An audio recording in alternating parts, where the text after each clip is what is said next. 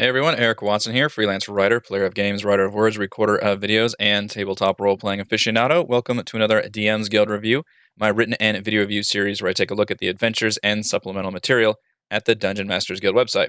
With this video, I'll be reviewing the DM's Guild sourcebook Cormyr, Land of the Purple Dragon by Matthew Lee Myers for Dungeons & Dragons 5th edition. Review copy has been provided for the purposes of this review. If you enjoy my videos, consider using my affiliate links for your DM's Guild shopping and supporting me via patreon.com/roguewatson. Shout out to my platinum patrons, Andrew, Richard, Joe, Will, Tiny Dancer, Nick, and Rivzung, and gold patrons, RPG Papercrafts, Charming Grenade, Pretty Boy and Yuma, Marcos de Vicente, Gilberto, Sean, AK, Cert2B, Adam, Dead Lizard Lounge, and Sam. Thank you all very much for your support.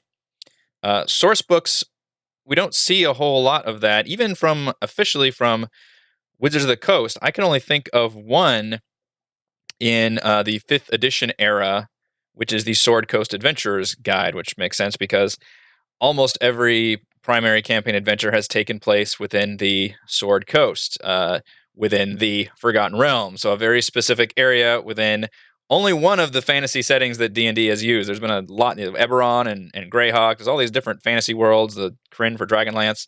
But in 5th edition, they seem to have just laser focused on a single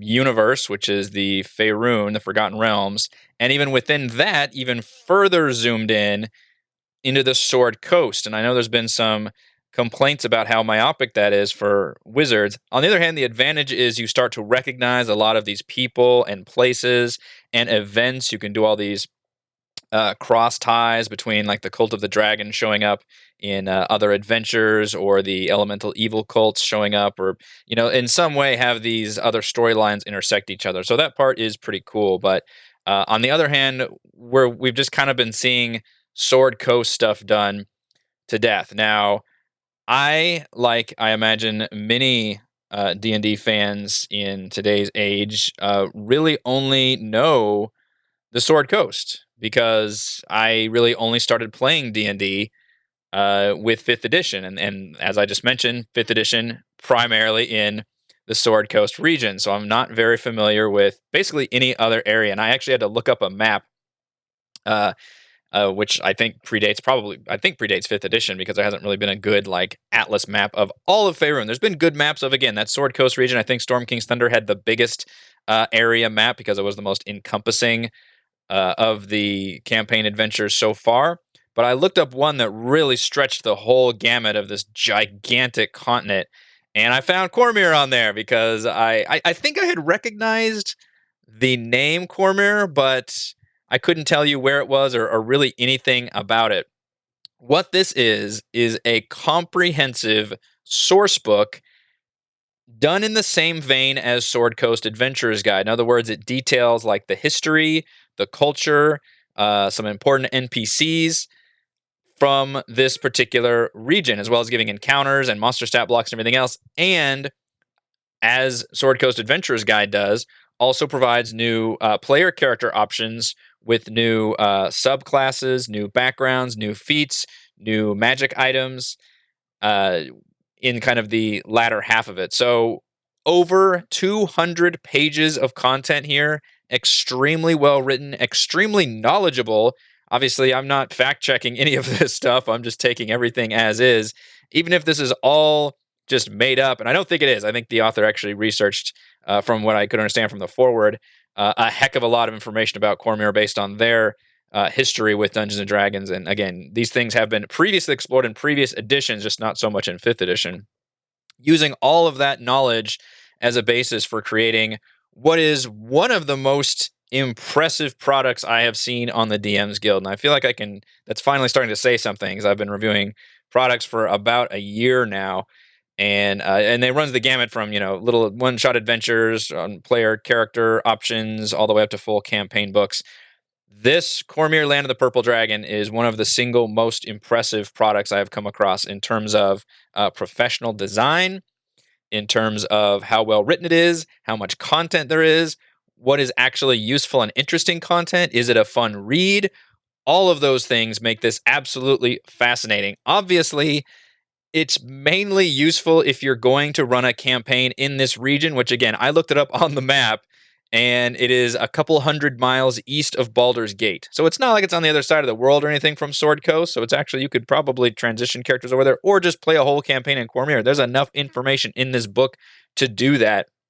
If you're not going to run, then I don't know how well a source book based on that location would be useful for you. Although there are some neat things in here. There's rules on social encounters, which is cool to see. As I said, the new magic items, the new creatures, new encounters. Technically, a lot of those things are flavor to Cormyr, but as Cormyr is on the Forgotten Realms, region, it still uses a lot of the same creatures and concepts and things that you will see in the Sword Coast. So it's pretty easy to transition, but what this I think would do is you purchase this and then you get motivated to run a campaign. This is not necessarily you're already running a campaign in Cormyr for whatever reason, and you're like, oh, this is perfect for me. I think you get this, and then you decide to run a campaign in Cormyr because this is just that good. I am going to go through it, but as I mentioned, it's over 200 pages long. So I'm not gonna go, page by page or anything as I would with single adventures or anything. I'm gonna try to highlight the elements that I liked and just kind of go over briefly what this is all about. Here we go. Here's the actual map of Cormyr, which is fantastic. This is similar to the actual map that I looked up too. So I said a bunch of good things about it. My real only complaint about this whole product is that it is monochrome. It is purely black and white, and it has good art throughout. I'm not sure. There's no artist is mentioned. I don't believe uh, it's just the author is the only credit on here. So I don't know if they actually did all the artwork here, or if it's stock art or what the deal is there. But either way, every piece of art content and everything in here is purely black and white and monochrome. Now that is a style, and it can work for the most part. In fact, I think this map actually looks really good. There's some nice shading on the mountains and everything. There's an aesthetic to do black and white. I understand that. But if you're going to do a comprehensive 200 plus page massive source book and put so much effort into the writing and the detail and the lore and the rules and everything in there, I really feel like you need to go that extra step and provide full color artwork to go along with it. At least for stuff like this, which is like the full color map, which should be your premier piece, because this is what you're going to be the consumer is going to be constantly flipping back to. So something like this, and then a few of the like maybe town maps or something could use some color art. Instead, this is kind of the style that we get. Again, not a bad style. It's almost like what I'd find in like a video game manual or something back before. We had, well, we don't have video game manuals now, but at some point they did have color manuals.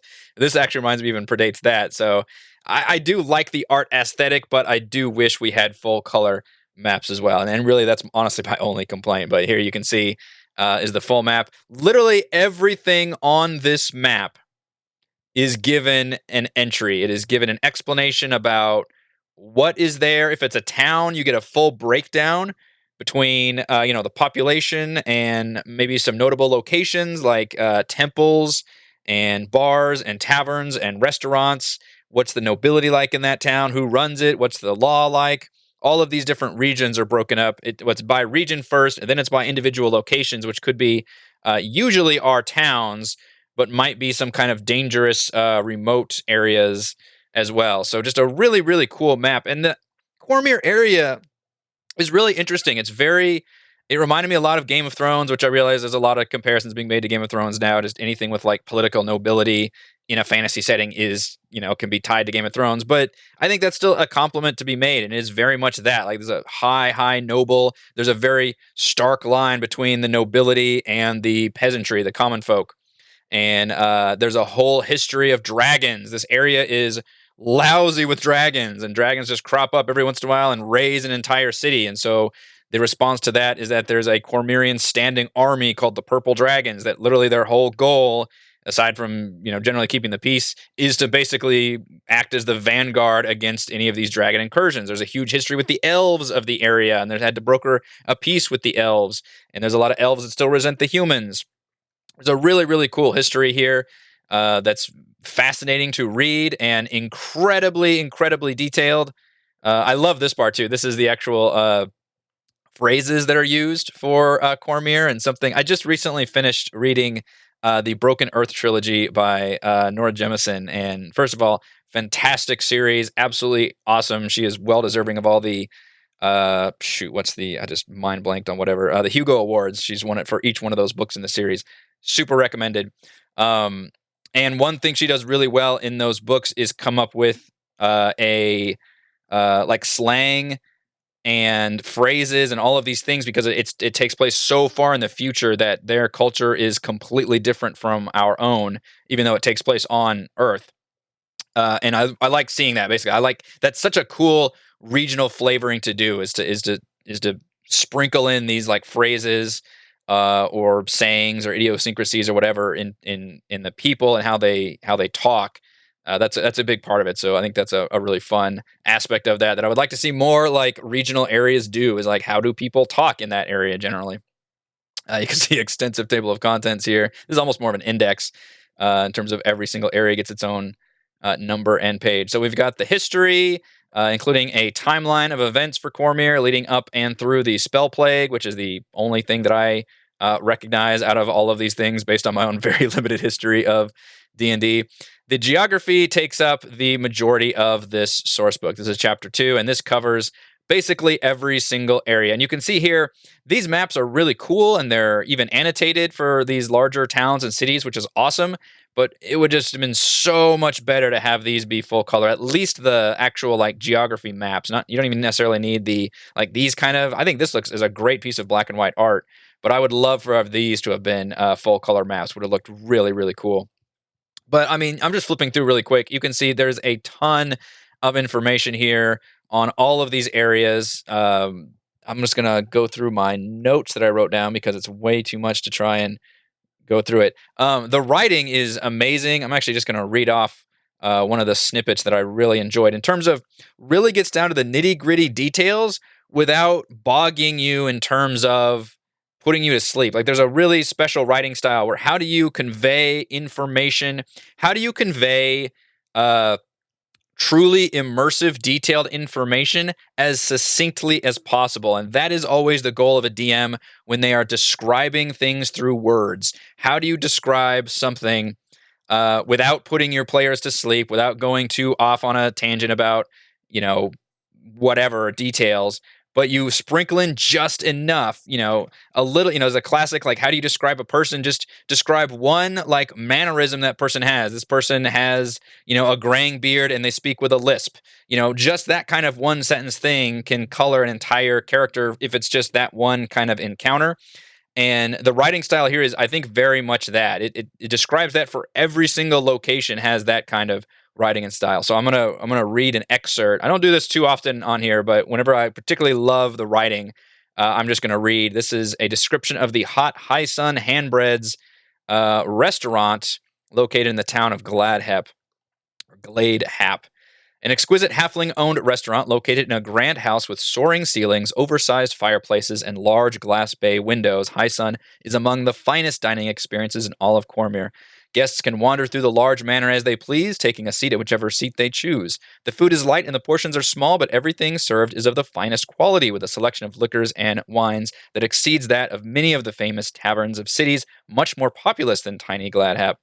Their main dishes are all made with hot sliced bread, served with delicious spreads from fruit preserves to spiced crab paste. The establishment has a reputation as being particularly romantic, and many young couples choose to dine here and are often treated with fresh flowers and bottles of fine champagne delivered to the table on the house. That is awesome. That's an awesome paragraph. Obviously, you don't have to say all that when somebody walks in the door, but as a DM, you start forming a picture in your mind about what this kind of romantic, fancy restaurant looks like and has in terms of their clientele and maybe what's dressing on the walls and all that. It doesn't have to go through all of that in this paragraph, but it does just enough detail to really describe the area in a really well done way. I wrote down one more, and again, I'm flipping through. This is the majority of the source book. It's so good, but I can't go through it page by page because we'll be here all day. But there was one more on the Evening Star, which I believe was a kind of frontier town. Okay, and I think I was going to read this paragraph. Evening Star is typical of prosperous farming communities in the region, looking much like smaller settlements in the Dales. A typical Evanor home. Again, I love the fact that people from Evening Star would be Evanors. A typical Evanor home is fieldstone with a thatched roof, while homes of wealthier farmers or merchants instead have slate roofs. Dirt basements are common, allowing families to store food for the long white winters. Upper floors are typically timber framed and covered in stucco. The farmhouse outside of town and away from the river rarely have second floors instead of sprawling basements with numerous rooms. These underground living spaces are insulated by the soil from the cold winters, and some seemingly small farmhouses hide large complexes almost like rabbit warrens beneath the earth.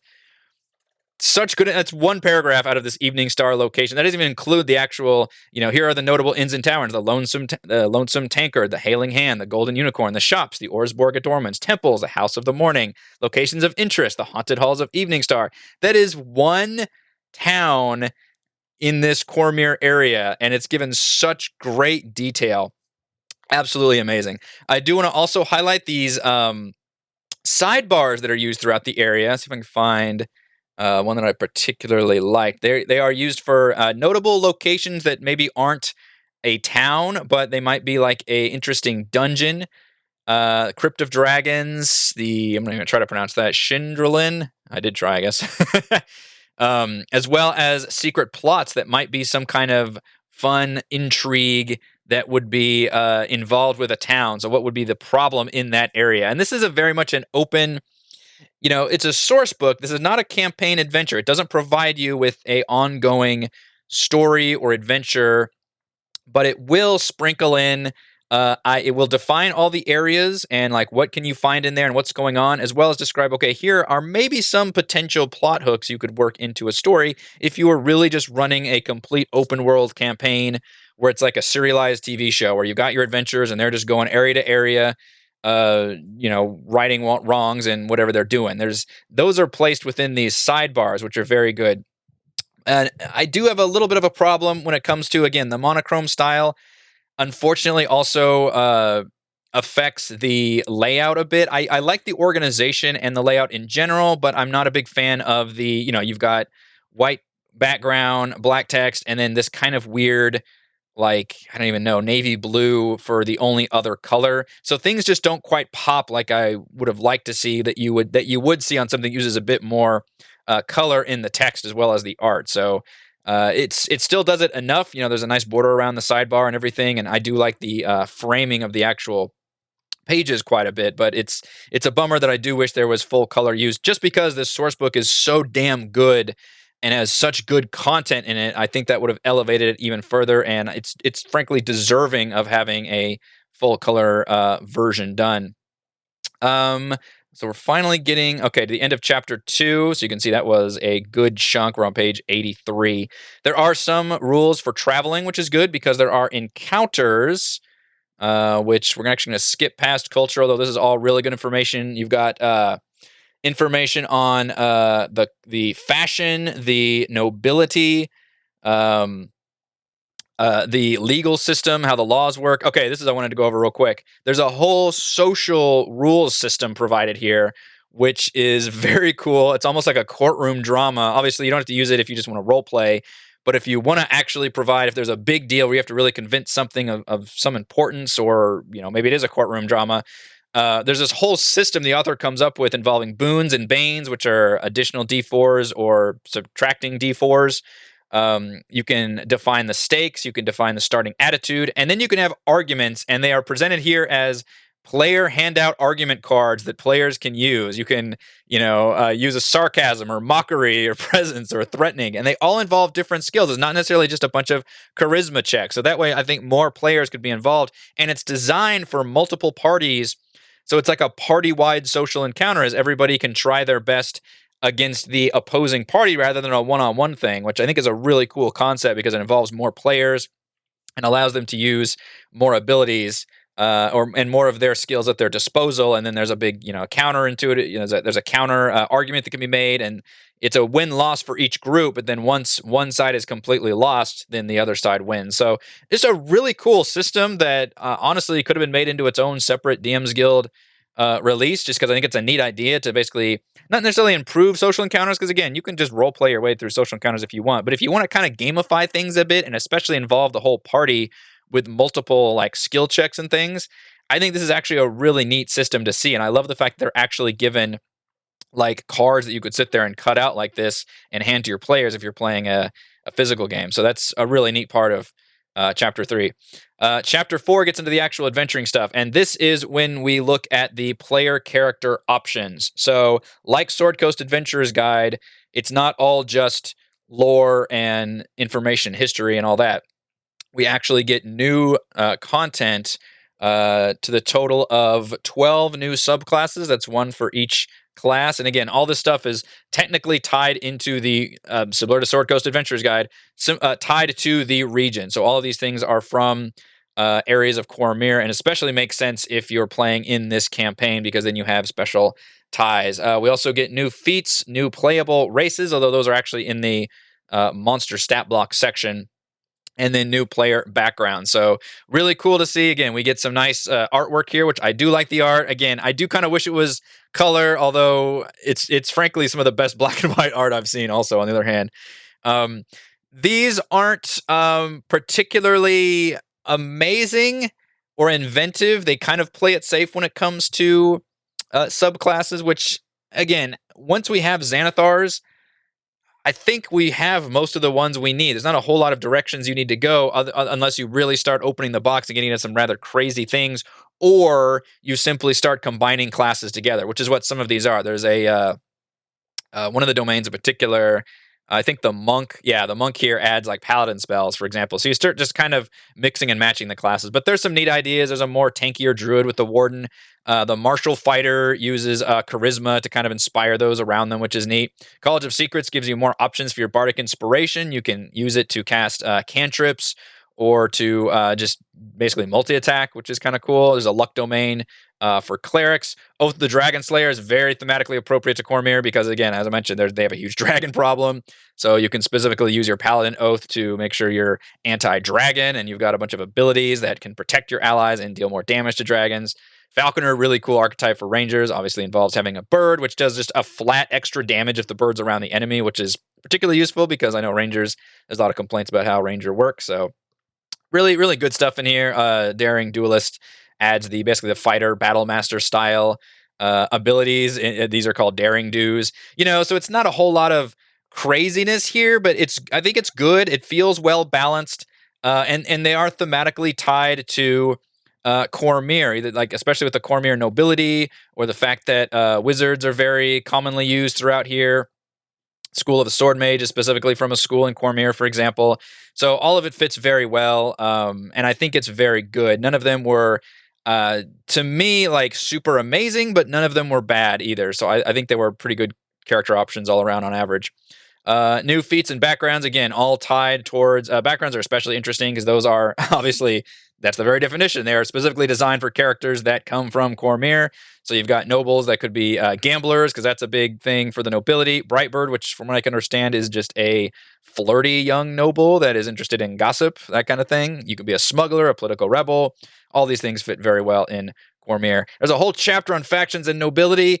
This one gets a little more interesting, and I think I almost wish this chapter had actually been earlier, before the geography chapter, because the geography chapter mentions these factions quite a bit. Like, here's the headquarters of this faction. And obviously, like, something like the Purple Dragons is mentioned throughout everything. And at some point, I'm like, all right, well, the Purple Dragons are obviously some kind of like army. Like, I didn't know. Like, I literally have no idea anything about Cormyr or the history or anything. So the fact that this chapter came after, I was like, oh, okay, so that's what this is. So I do, if I have a little bit of an organizational quibble, I feel like this chapter maybe should have been placed before the geography chapter, even though I think the geography chapter is the most interesting part of the book, because it breaks down all those cool locations. This one gives you more of the background information you need of particularly the faction, like the war wizards, the fact that militarized wizards are a big part of Cormyrian history, and the reason they can basically fight back against dragons, for example. The fact that the Imperial Navy is called the Blue Dragons, which is a little bit confusing when you see a stat block that's like Blue Dragon Marine. I'm like, wait, what? It's a really good chapter. I feel like it might have been, maybe it should have been placed a little bit earlier. in the chapter. Ability to create your own noble house, because nobility, again, big deal in Cormyr. Very cool to see. All right, stat blocks. What we get here, and again, this takes place in the Forgotten Realms. It's in Faerun. So instead of getting a bunch of new, crazy, exotic monster types, we get primarily new varieties of existing monsters. So we'll get new versions of like bullywugs, lizard folks, a lot of new dragons. Did I mention Cormyr is lousy with dragons? A lot of new dragons. Grell, griffins, like monsters that you would get like one stat block of, maybe one or two in the monster manual, have now been given a lot more as those things have expanded. Like lizard folk especially have a giant presence because there's a big swamp area in Cormyr. Here's all the dragons: mercury dragons, steel dragons, song dragons. Yeah, you like dragons? I got dragons. Very cool to see that. Not too much of like crazy new inventive monsters, but just, and it makes sense that you would see the same basic monsters found. Again, Forgotten Realms, you would see the same monsters in this region as you would another region, but you might see different varieties of those kind of monsters. So I think that's the right way to do it. A little bit lacking in artwork in this direction, and I think this might be because of my review copy has like places where artwork would be, and then doesn't include some artwork even in here. I'm not sure if we can see. Maybe that might have been earlier. You might have seen as I was scrolling through super fast, but it's unfortunate that, because I think monster art is some of the coolest art that you can often get, and this is probably the most lacking section in the book in terms of art. You can see here's the playable races. This is some kind of like lion humanoid creature. The Wimic are actually included back here. So not great on the art department, but still a lot of information, plenty of really great thematically appropriate enemies for the Cormyr region. And then finally we get encounters. Sorry, gosh, I forgot the encounters. This is such an amazing part. My voice is breaking as I'm talking so much about this. Over 70 random encounters for the region of Cormyr, smartly divided between, not only divided regionally, but also divided between different tiers of play, which cleverly determines what kind of die roll you roll, and then that determines the actual number that you come up with. So it's slightly complicated to look at how this works, but essentially whatever encounter roll determines or whatever your tier is determines what you roll, and that determines your encounter, and then you just look up and see what region your players are at. As you can see, Cormyr has plenty of different regions. There's swamps, there's forests, there's mountains, there's the giant lake in the middle, there's plenty of towns and farmlands. Really, really cool.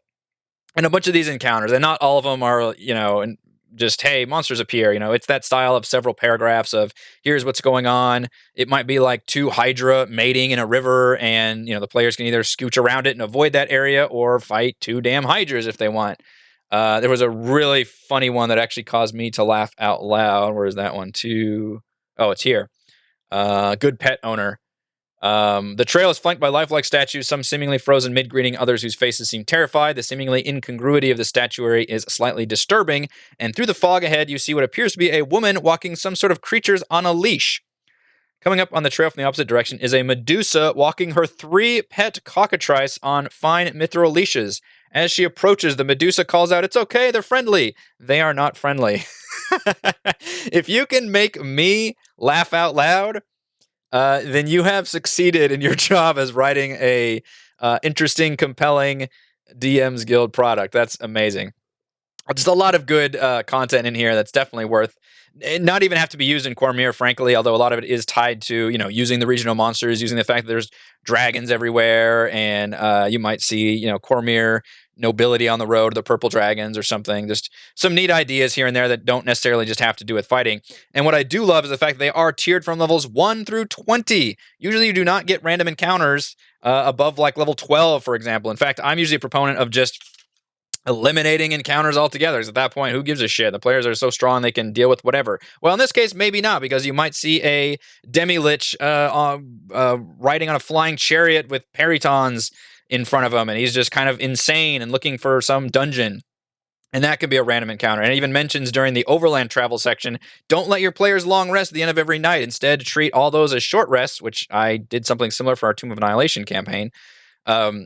only let them long rest when they reach a town and can actually get in bed. Don't let them just long rest automatically, because it does kind of trivialize encounters in the way D&D is balanced. So just use all of these string together, do a leg of a journey. And I kind of glossed over that whole section, but there's a really good section of how to divide each area between different legs and regions and determine how many encounters they should have. So if they're going 20 miles, it should be, 0 or 1 encounters. If they're going 40 miles, it could be up to 3 encounters. And then you would roll your encounters on this sheet to determine what's going on. And that might be just, hey, you meet a merchant and the merchant can sell you things. Or maybe you find friendly travelers who have fresh food and water, and you get the benefit of a long rest. So you can actually have encounters that give you that rest. So really, really great travel system that is perfectly in tune with the philosophy that I feel like, which is don't let your players automatically long rest when they travel. Treat long rest as a true, like you are back in some kind of safe area that you can actually rest in, especially if you're doing a campaign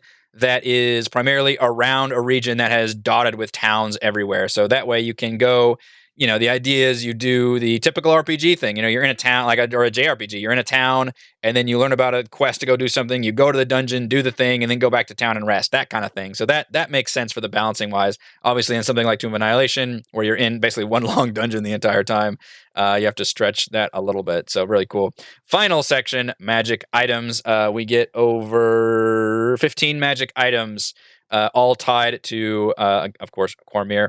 All of them have art, which is awesome, and all of them are treated as these entire player card handouts, which is also awesome. I never see this with any kind of product that has magic items. It's always done in the Dungeon Master's Guide style, which is just to list those items and just list the information, and that's it, and maybe have some of the artwork off to the side or above it or something.